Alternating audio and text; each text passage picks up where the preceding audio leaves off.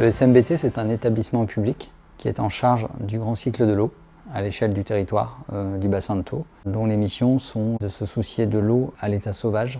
Nous sommes sur un territoire méditerranéen avec des cours d'eau qui sont plutôt intermittents, donc qui sont très peu en eau. Et on s'est rendu compte que les habitants étaient assez peu mobilisés sur les cours d'eau, ne les voyaient plus, n'en comprenaient pas les fonctions. Il est très important de sensibiliser les publics à la préservation des cours d'eau et des milieux aquatiques, car ça va conditionner la qualité de l'eau, la diminution des inondations et la biodiversité.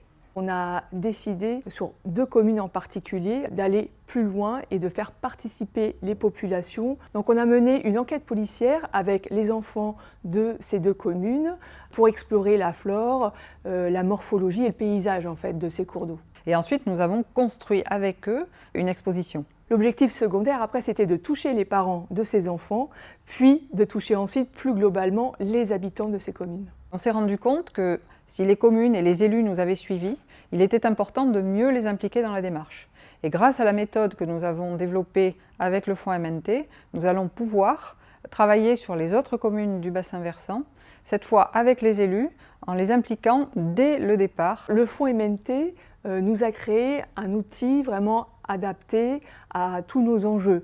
Et en fonction en fait, des problématiques ou des enjeux qu'on a sur le territoire du bassin versant de l'étang de Thau, on va pouvoir utiliser cette méthode pour traiter différentes problématiques. Donc c'est un outil qu'on va pouvoir réutiliser à nouveau. On a bénéficié d'un regard extérieur et que ce regard extérieur a pointé notamment le fait de devoir dézoomer de l'action concrète en elle-même pour revenir plutôt à des questions de méthodologie et de pratiques collaboratives. L'accompagnement du fonds MNT, ça nous a permis de prendre du recul par rapport à ce qu'on avait entrepris et ça nous a permis en fait de nous recentrer sur nos objectifs, nos enjeux et les publics en fait qu'on cherchait à viser. Ouvrir ces démarches à d'autres natures de parties prenantes comme les viticulteurs, les conchiculteurs, les élus aussi, c'est la certitude de s'adresser aux bons acteurs, ceux qui sont en capacité d'agir. Ce qu'on aime particulièrement dans cet outil, c'est qu'il incarne une forme de parti pris qu'on a, qui est